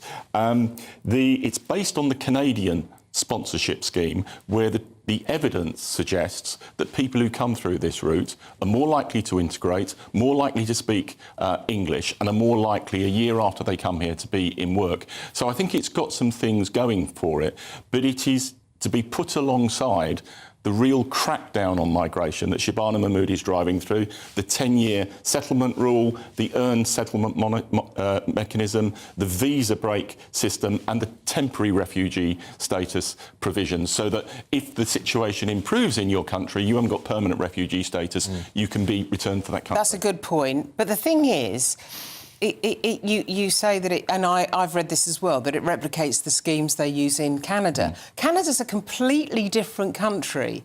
It's got a lot more space, and it's got big cities that are spread farther apart. Yeah, something that works in Canada may not work in this country.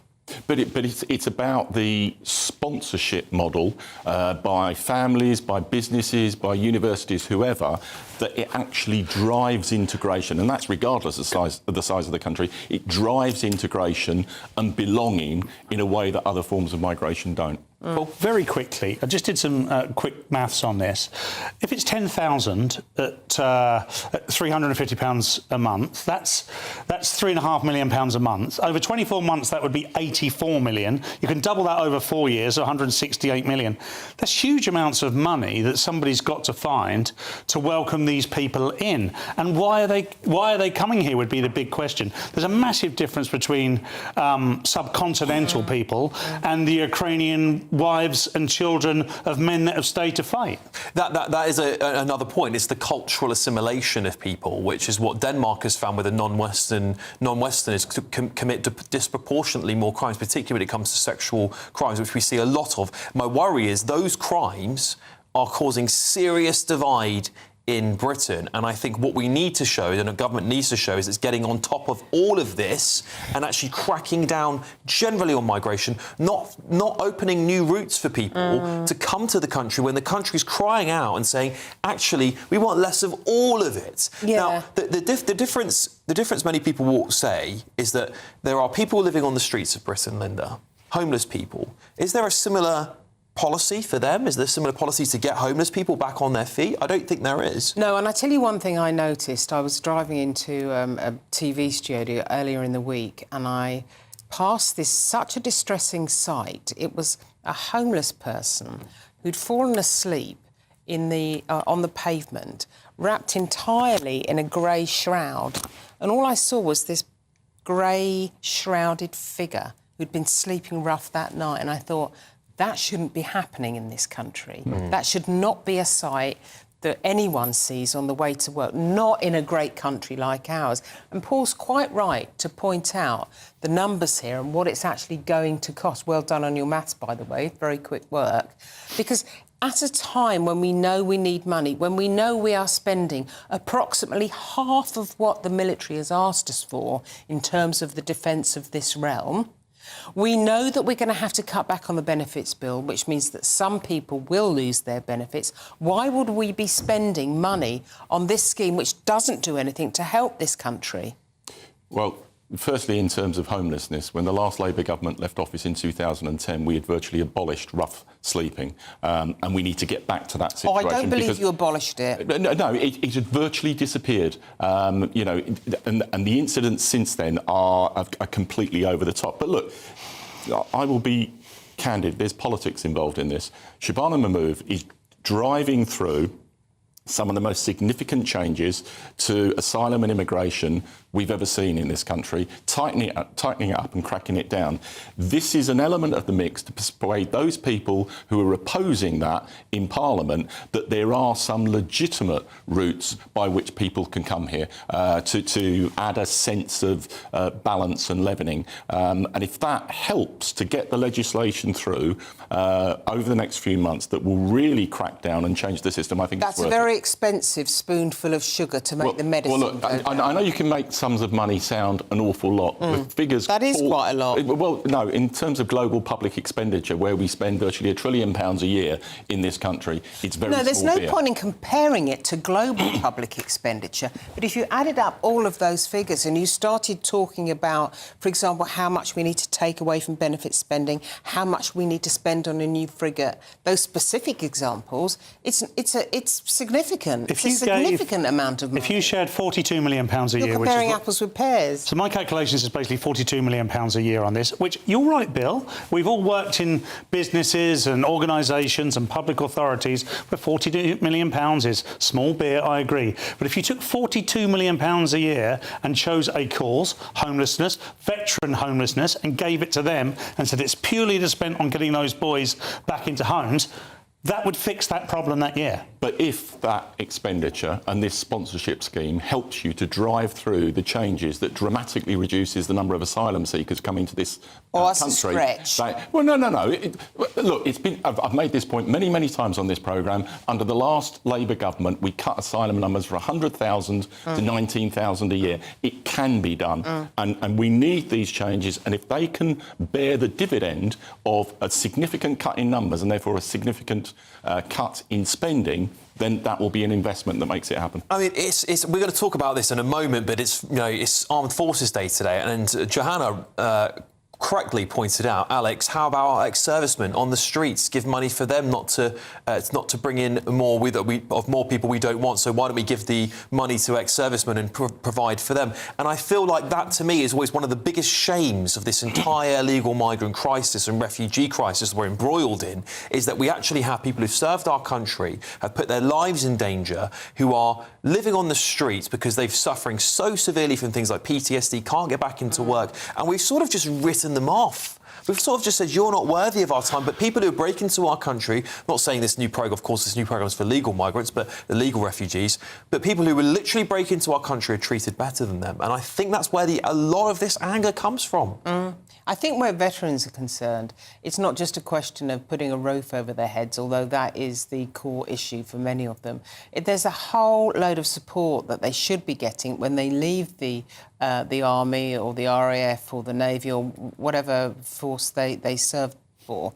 I think that not enough is done to support people when they actually leave the armed forces. 6,000, the Royal Legion says 6,000 rough sleepers. We're going to let in 10,000 refugees, £350 a month, Paul. This goes to the core of, when I say suicidal empathy, for all the wrong things, for people who really... I know it's always good. Listen, I'm not against Britain looking after genuine refugees. We are a kind country. We do that, and I'd hope if we were ever at war, a country would do it for our people as well. And I think that's part of the spirit of it all. But we're not even looking after our own. Look, a well-functioning, cohesive society is a very precarious equilibrium. You have to understand, first of all, you have to understand what it is you want that society to look and behave like. Then you work back from there, and you work on those people that are coming in and going out on that basis. We've chucked that all to the wind now, and we're basically saying, come on in and we'll fix it when you're here because the world's problems are our problems. Well, I'm sorry, that is a progressive move too far because we can see now, even if you took out the grooming gangs, the rapes, the stabbings, you would find that underneath all that are subjects we're not even talking about now, that are huge subjects that are affecting the incumbent population as a result, or the incumbent society as a result of overpopulation. Now, the way you fix that is by identifying once again what you want your society to look like and then working back to that. We cannot do it any other way. We keep just letting people in and saying we'll fix it at some point. With regards to just letting people in legally or not legally, if you think about this as a room that's got a legal health and safety limit, we're beyond that now. A legal health and safety limit is the safest way that room can exist. We are beyond that. It's not about space and green fields and how many houses we got. It's about the infrastructure and the systems. And as a result, we simply are not planning ahead in a way that enables that to work successfully. Bill? Paul, it's a good line to say that, we're just saying to people, come here, we will welcome you. Every legislative action that's been taken in the last 2 years has been about tightening the system up and reducing numbers. Now, maybe it's not gone quickly enough or far enough, but when you put this alongside the fact that, the indefinite leave to remain will increase from 5 years to 10 years, that the temporary refugee status will come in, and a whole host of other measures, the whole body of government is being focused on driving the numbers down. OK, we're going to have to leave it there, everybody, unfortunately. Lots of you writing in about this. Yeah, you're not happy about it. Valerie says it's OK being kind, but they're taking the P out of us. And I think that is the general feeling of people in Britain. Enough is enough. We need to prioritise British people first. Right, so Home Secretary Shabana Mahmood has said this: Britain has always offered sanctuary to those fleeing war and persecution, but this system only survives if the public trusts that it is fair, controlled and not open to abuse. I will open new legal routes for genuine refugees while closing loopholes that have been too often abused. My goal is simple: to ensure we have an asylum system not just today, but for generations to come. And tonight, the Home Office have also added this: new safe and legal routes will open for refugees through community sponsorship, refugee study and work routes. Numbers will start small and be controlled with strict screening and approved sponsors to ensure the system supports genuine refugees while preventing abuse. All right, we've got a brand new giveaway here for you. This is your chance to join in for our latest. It's a golden summer celebration, 60 grand in tax-free cash and a real gold bar worth over 5 grand. Here's all the details. We're celebrating a golden summer with a terrific two-part Great British giveaway. First, you could win a sensational £60,000 in tax-free cash to spend however you like this year. What would you do with that? And that's not all, as you'll also win our most precious prize to date, a fine gold bar worth over £5,000. It's pure gold to own, trade or gift to a loved one and secure their financial future. So make sure you don't miss your chance to bank over £65,000 worth of prizes in our golden summer celebration. For a chance to win £60,000 in tax-free cash and a real gold bar, text GOLD to 63225. One entry costs £2.50 plus one standard network rate message, or text BONUS to 63225. 5 entries cost £5 plus one standard network rate message. Go to gbnews.com/win. Entry starts at £2.50. Call 0903 686 3232. Calls cost £2.50 plus your network access charge, or post your name and number to GB22 PO Box 8690 Derby DE1 9TT. UK only. Entrants must be 18 or over. Lines close at 4 p.m. on the 21st of August. This is a network giveaway. Entries will be pooled. Please check the closing time if listening or watching on demand. Good luck. All right, coming up, more than 4,000 suspected grooming gang cases could be reopened in London, despite the mayor, Sadiq Khan, claiming there was no indication the gangs were operating in the capital. But next, celebrations all across the UK today to celebrate our armed servicemen and women, as today marks Armed Forces Day. We'll be talking about that next.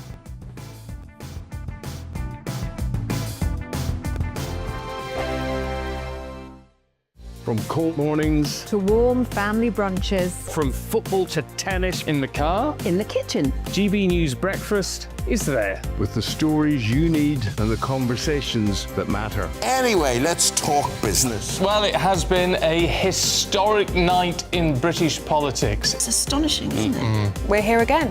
To start your day just right. GB News Breakfast. Every morning from 6 a.m. Only on GB News. Britain's news channel.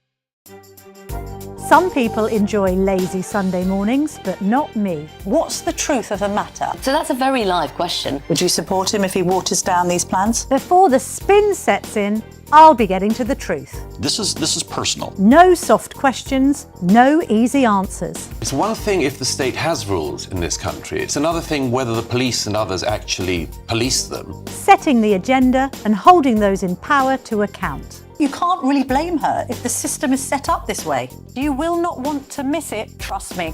The Camilla Tominey Show, Sundays from 9:30, only on GB News. I've been in Westminster for a long time, but I know that though power may be here, its effect on people's lives is across the whole of the country. We may be where rules are made, but it's where they're implemented that matters. Join me, Jacob Rees-Mogg, for forthright and frank discussion on where Britain has come from, where it's going, and where it will end up. That's State of the Nation, Monday to Thursday, 8 to 9 o'clock. Vox Populi, Vox Dei.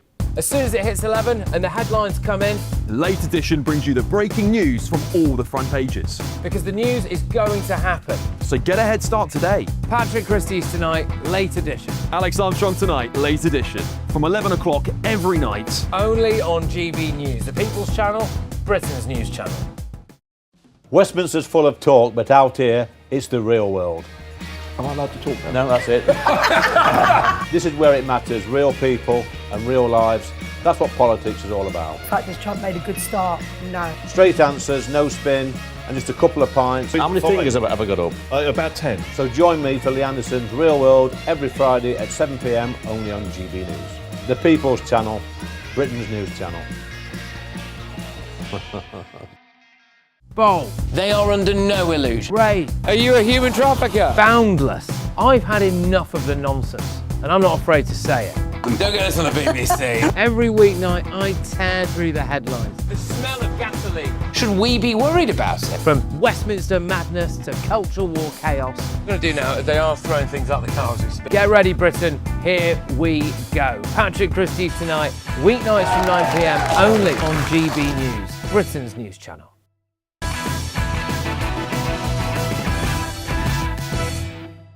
Well, today marks Armed Forces Day, where Brits across the country are acknowledging the sacrifices made by serving and former military personnel as part of Armed Forces Week. Well, festivities took place across the country, with some even claiming that going forward, Armed Forces Day should become a bank holiday. I love the idea of that. Well, joining me now is former British Army officer Simon Diggins. Simon, thank you so much for joining us, and thank you for your service to our country. Simon, should we first of all ask you maybe the silliest question of all? Should we have a bank holiday to mark Armed Forces Day? I think it's an absolutely splendid idea, Alex. I wish you could only backdate it as well for all the days that I served. But no, I think it's a splendid opportunity. You give a chance perhaps for people to get out, see the army. I mean, and it could be a really fun day as well. And it's not taking over people's weekend. But I think it's a good way to do it. I think the great joy of Armed Forces Day is not just about remembering the past, remembering the service. It's all about the current serving personnel and what they're doing, looking after our young soldiers, airmen, and sailors. And I think that's why giving them a day off on that day and maybe organising some fun events for them as well would be a great way to bring communities together. So yeah, I'm all in favour. Simon, if people haven't celebrated Armed Forces Day before, how can they celebrate it? It's a good question, because actually the chances are that in your area it may or not be happening or not happening particularly significantly. And it does appear to be somewhat intermittent. I mean, the government has an annual kind of big event a year, and this year I think it's in Aldershot, and it moves it around the country. I would like to see kind of more effort and emphasis being put on it, and I think that will be important. You know, and councils then get involved, communities get involved, churches get involved, anyone can get involved from there. It does appear to have a somewhat intermittent interest from the government, and I think probably it needs a little bit more emphasis in order to make that work properly. Simon, talking of how we treat and think about our veterans and, of course, serving personnel, I don't think we do it as well as, let's say, the Americans. When I was out in America, there would people be maybe walking down just the road sometimes, some of these veterans, and they would be, they'd be given discounts, they'd be given prioritised places at work, they get a lot of love from the American public. Do you think we do enough for our veterans here? I think the answer to that is no. I think we have got better at it. I think it would be fair to say. When I first joined, a veteran was just somebody who'd served in the armed forces, and that was it. When I finally left the army in 2014 onwards, from that period onwards, I think the idea of veterans as veterans has existed. I think there's still work to do, though, in terms of the Armed Forces Covenant with public bodies, health services, GP practices and the like, housing and indeed jobs. Because I think that's what we really need to try in order to be successful, in order to bring people on for the future and say, look, you can have a great career in the armed forces, but at the end of that time in the armed forces, you will be looked after. And I think that's a really important kind of recruiting tool for the future as well. So give people a sense of come serve your country, give off your best while you're serving with them, but afterwards you will be looked after. I think that's key to the future. And Simon, I've got veterans in my immediate family, so I know how important days like this are to them and to many others, their friends and family around them as well. We don't talk enough about the mental health of our veterans, particularly many of them suffer severely from PTSD. Some of them, of course, also suffers getting into the workplace after they've left the forces as well. What can government and perhaps society do to support them there? Well, I think the first thing is recognition, and you very kindly thank for your service. If I might pass that back to your family as well and thank them for their service as well, I'd appreciate that from there. Recognition, first of all, recognition that service has a particular strain. It can affect not just the individual, but can also affect the families, and that's where the kind of provision needs to be made for that. It's not just about PTSD. I mean, PTSD is, if you like, it's almost like the kind of spear point of the whole thing. But the issue around family relationships, how you look after children, the children of veterans, I think is also key to it from there. But a recognition that service to your country brings with it some costs. Some of those costs can be hidden, some are not so hidden, I think is important. And that's why things like the Armed Forces Covenant and applying those more widely across the country, they really are key. Simon, stay with me because I've just got some breaking news I'd like to get your thoughts on afterwards, if you don't mind, because the UK's commandos will be promised £500 million as part of changes to the long-delayed defence investment plan, as high-speed boats and strike drones will be committed to the elite force, with a focus on the high north, which includes the Arctic Circle and nearby areas in the course face of rising threat of Russia and activity in the region. Officials say Dan Jarvis has shifted the focus of spending in the defence investment plan since he became Defence Secretary earlier this month towards providing new kit for troops on the front line. Simon, just your reaction to that. £500 million, is that enough to supply our troops on the front line? Is that enough money? Do you think the armed forces will be happy with that extra cash?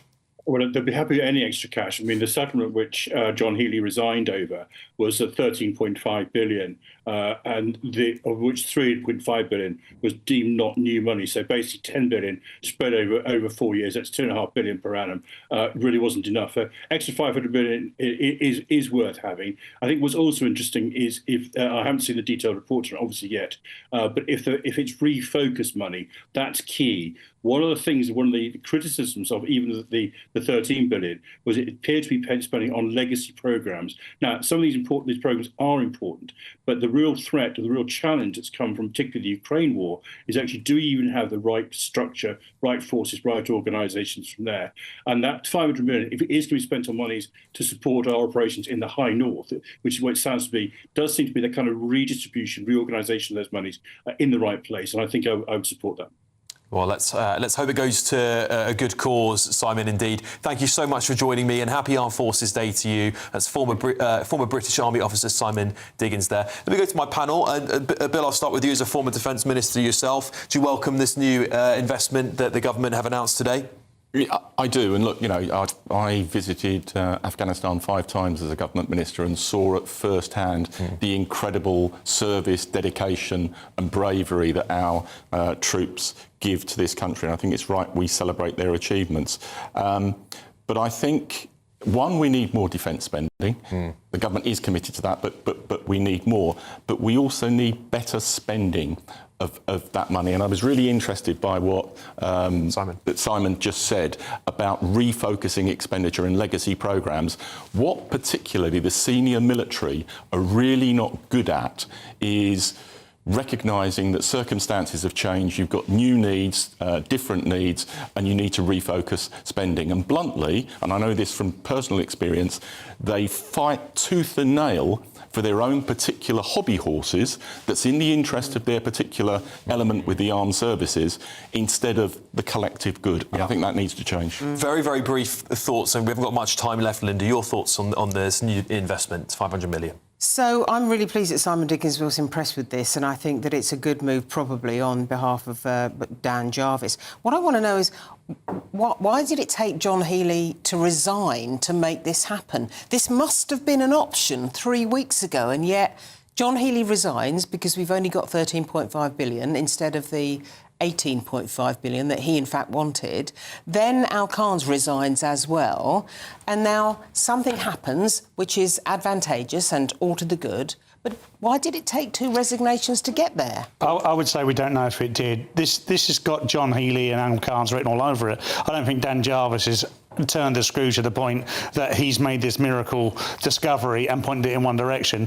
I think this was there and available to him because of John Healey and Al Khan's. OK, right, we've got to leave it there. Coming up on the show, of course, we'll have all of tomorrow's front pages for you. But first, there are concerns about grooming gang victims having their justice be denied, and which could force the Met Police to reopen thousands of cases, particularly in London. More on that in just a few minutes' time. I forecast a perfect holiday in the sun. Weather looking good then? For sure, and no worries about our travel insurance. All Clear Travel Insurance sponsors GB News Travel Destinations forecast. The very hot weather in Western Europe pushes eastwards through this weekend. Sunny and warm for many other areas of Europe throughout this weekend. Highs of 28 degrees in Tenerife on Sunday. There's a risk of heavy rain and thunderstorms moving up across parts of Spain as well as France. Over the Alps as well, a risk of thundery downpours, and it will turn very hot across parts of Italy in particular through Sunday. But here's your outlook. It remains very sunny for many areas. Temperatures in the low to high 30s. Have a good day. All Clear Travel Insurance sponsors GB News Travel Destinations forecast. Hello there, and welcome to your GB News weather update from the Met Office.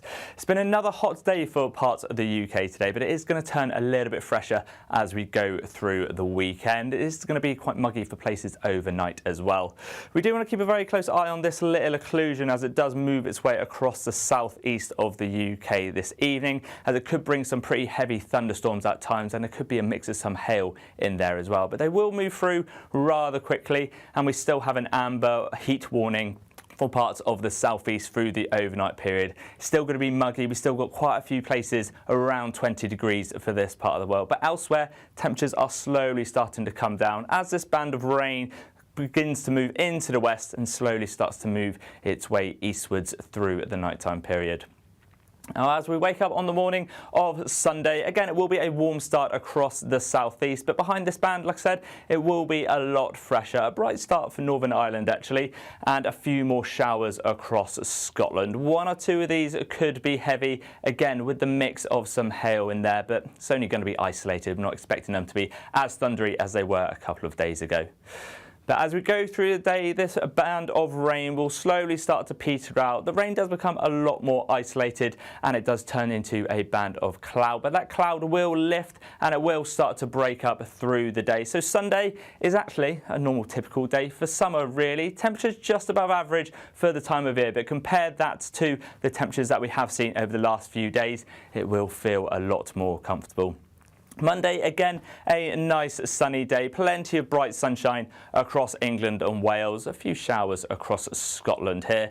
That sunshine may turn a little bit hazy through the afternoon, but as we go through the week, there will be some patchy cloud, but some sunshine and temperatures back where they should be. From court mornings to warm family brunches. From football to tennis in the car. In the kitchen. GB News Breakfast is there with the stories you need and the conversations that matter. Anyway, let's talk business. Well, it has been a historic night in British politics. It's astonishing, isn't it? We're here again to start your day just right. GB News Breakfast. Every morning from 6 a.m. Only on GB News. Britain's news channel. You want to know what's really going on in the corridors of power? Labour don't know what to do with you half the time, and that makes you quite lethal in the chamber. Get behind the headlines with Chopper's Political Podcast. Join me, Christopher Hope, as I sit down with the great and the good of British politics. We'll see where this ruling takes us. These are the stories shaping our nation. Chopper's Political Podcast, available now on all platforms. Listen in and stay ahead.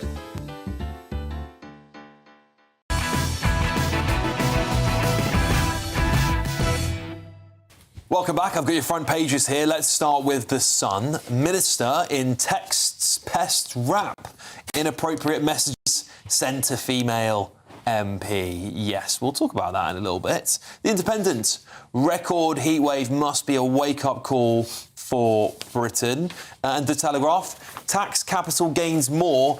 Burnham ally urges. Yeah, don't think that's really a winner for the markets, is it? Right, let's talk about the other part of the front page of the Telegraph here, because Met Police could reopen more than 4,000 grooming gang cases. So Scotland Yard has identified more than 4,000 grooming gang cases that may need to be reinvestigated. Met Police has been carrying out a major audit. Do you remember that? That was the last time we heard about this. An audit, I think, of 9,000 historic cases. 12,000, sorry. 12,000.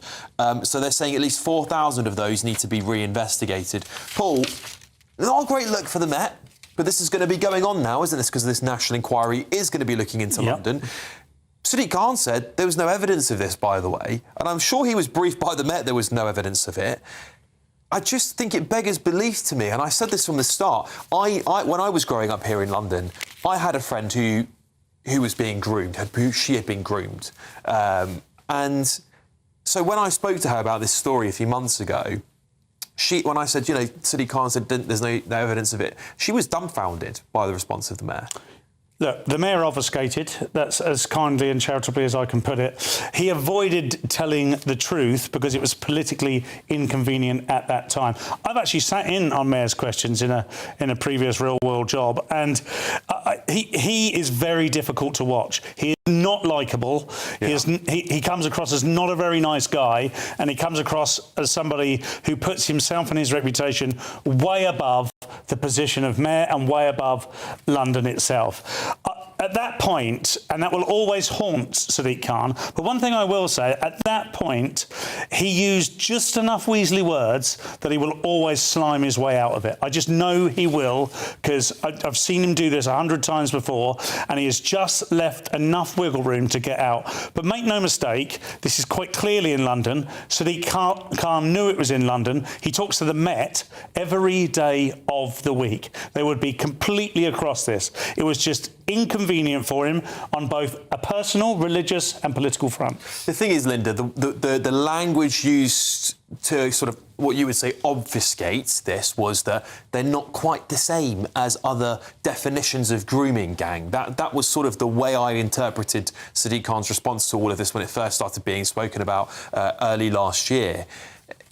Are you surprised to hear that 4,000 cases might be reinvestigated in London? No, frankly, because why would London be different to some of those other disastrous areas where this has been going on, frankly, for decades? Yeah. Why would London... Surely the situation would be worse in London. That's what I've never understood. When Sadiq Khan used, what did you call it, Paul? His obfuscation. Obfuscation. No, you were more severe in that. I think you said he tried to slime his way out of it. Yes, I did. Yeah. And that is exactly right.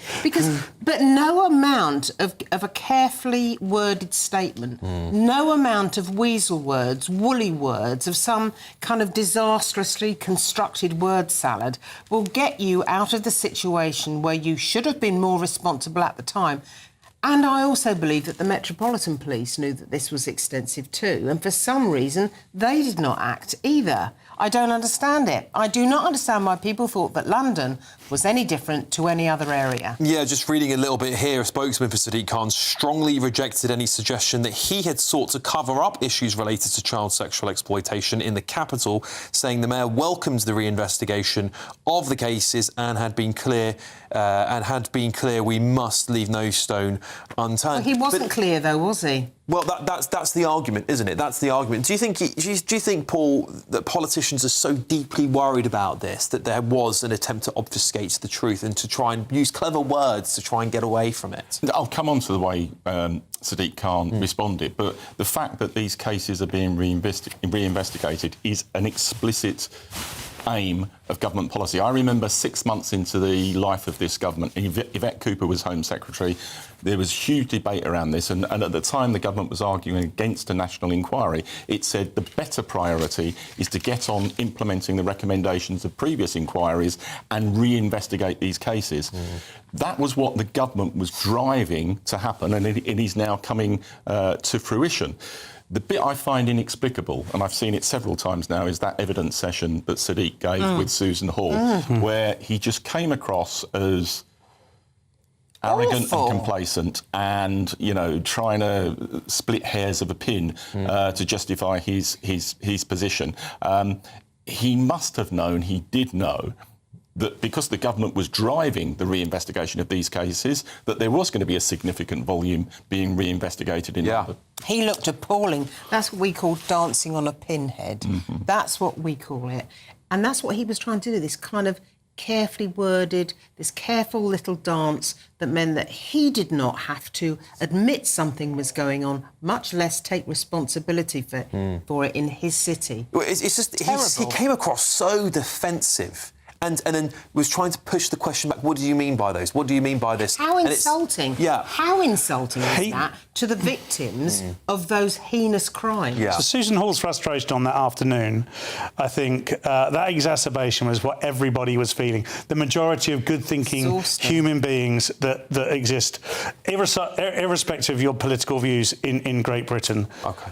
Yeah, all right. Look, Deputy Assistant Commissioner Kevin Southworth of the Metropolitan Police said this: "We are fully committed to engaging with the National Inquiry and the Operation Beacon Port review into past cases led by the National Police Chiefs Council. We've identified those previously closed cases that meet the criteria to be considered as part of Operation Beacon Port. If it is determined that any require further investigation, we will, of course, take that work forward to deliver justice for victim survivors involved. We would urge anyone who's still or is still experiencing abuse of any kind to come forward. You will be listened to and supported." And look, some breaking news to bring you from the Middle East. Reports suggest tonight that the United States has carried out strikes in the Strait of Hormuz. Iranian state media is also reporting that strikes have been heard in the south of the country. We'll keep you up to date with any more developments. Don't say I didn't tell you so. I'll bring you more of tomorrow's front pages.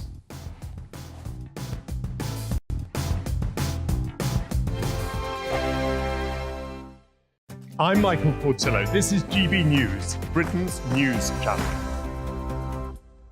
This is GB News, Britain's news channel. As we know, in a democracy, you're free to choose how you want to celebrate. And this is right on brand for Donald Trump. He loves to be a big spectacle with any celebration he does. He wants it to be big. He wants it to grab headlines. And clearly right now he wants to show strength. So it's a tactical decision as well. As we know, there's a very unpopular war going on with Iran. And he's hoping to announce a deal tonight, which would be the greatest birthday gift he could get, because we do need a deal. But it's only Donald Trump who would choose to do this. A lot of the people who follow UFC voted for him, and he's being tactical ahead of midterm elections, trying to show strength. GB News, the People's Channel. Nana Queer, weekends from 3 p.m. 5 years ago from today, I got to meet my absolute hero, Nigel Farage, and rub shoulders with Dan Wootton and Andrew Neil, the latter being particularly grumpy. He was less than impressed as well when the sound failed during his first broadcast. The lighting was dreadful. I looked mouldy, and at one point I was practically invisible during a breakfast show because of a black backdrop behind me. I was little more than eyes and teeth. We faced obstacle after obstacle, including Stop Funding Hate, an activist group that set about trying to destroy us before we'd even broadcast a single second. Advertisers were frightened off and hostility towards the channel was actively encouraged, which was deeply ironic. But still, we persisted. If anything, it made us more creative and more resilient. GB News, the People's Channel. Sunday with Michael Portillo from 11, only on GB News. Ian McKellen is helping relaunch the Yard Theatre up in Hackney, which reopens this summer, with a new purpose-built 200 capacity auditorium. Tiny, but he'll be doing a brand new version of King Lear. Up in Scotland, Alan Cumming has taken over the Pitlochry Festival. And I just want people to know that all these small theatres, number one, it's not such a big risk. Ticket prices are £30, £35, £40 top price. And you can find less than that. So you can take a risk, but you'll go along and you'll experience something. You'll be part of something. And I am a huge fan of what we get in the West End. It's world class, but it is a lot of money. And it's sometimes just a little bit predictable or complacent or safe, I would say. Not always, but sometimes. GB News, the People's Channel.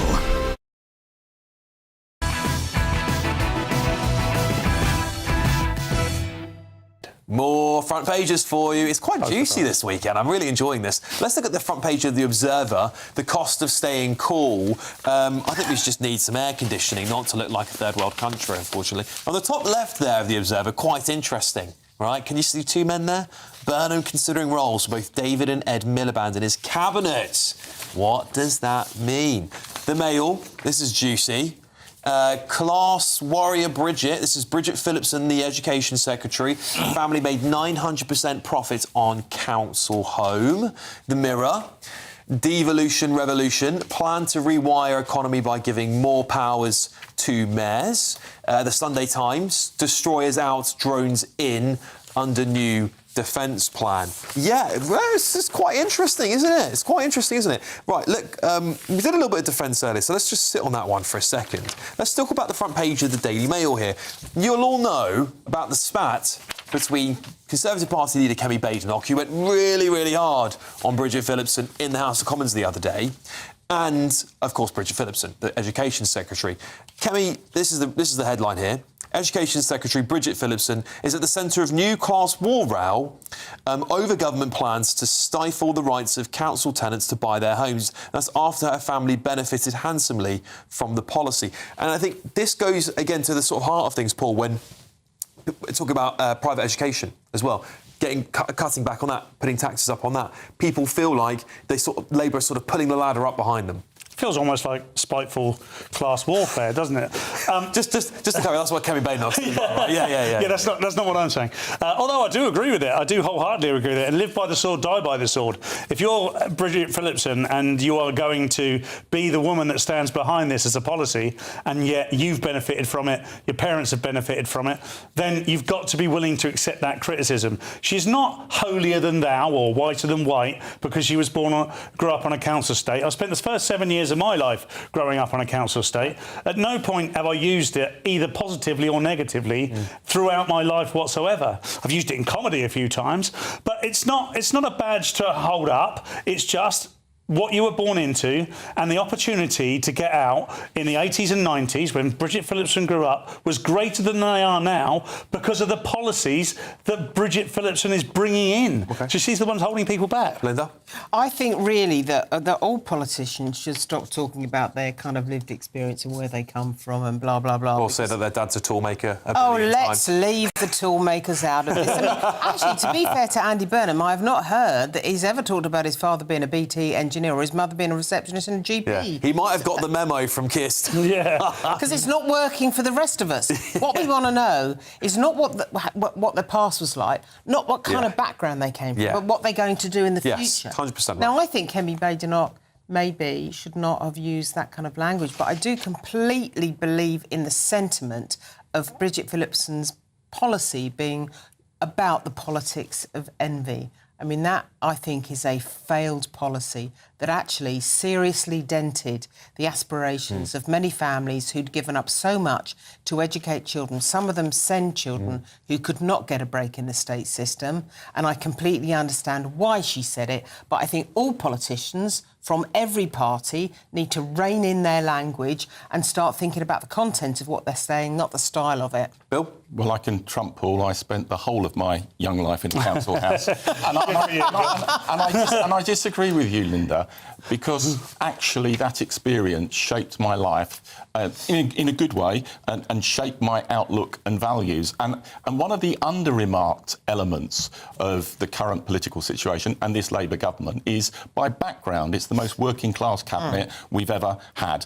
You look at people like Wes Streeting, you look at people like Bridget Phillipson. Now, in respect of this Daily Mail article, and I've not been able to read it because my eyes aren't good enough for that at this time of night, but it strikes me as a typical Mail story.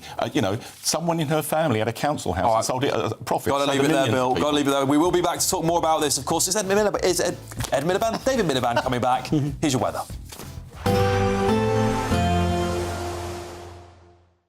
Expect warm spells with the odd rude interruption. Box Boilers sponsors the weather on GB News. Hello there and welcome to your GB News weather update from the Met Office. It's been another hot day for parts of the UK today, but it is going to turn a little bit fresher as we go through the weekend. It is going to be quite muggy for places overnight as well. We do want to keep a very close eye on this little occlusion as it does move its way across the southeast of the UK this evening, as it could bring some pretty heavy thunderstorms at times, and there could be a mix of some hail in there as well. But they will move through rather quickly, and we still have an amber heat warning for parts of the southeast through the overnight period. It's still going to be muggy. We've still got quite a few places around 20 degrees for this part of the world. But elsewhere, temperatures are slowly starting to come down as this band of rain begins to move into the west and slowly starts to move its way eastwards through the nighttime period. Now, as we wake up on the morning of Sunday, again, it will be a warm start across the southeast, but behind this band, like I said, it will be a lot fresher. A bright start for Northern Ireland, actually, and a few more showers across Scotland. One or two of these could be heavy, again, with the mix of some hail in there, but it's only going to be isolated. I'm not expecting them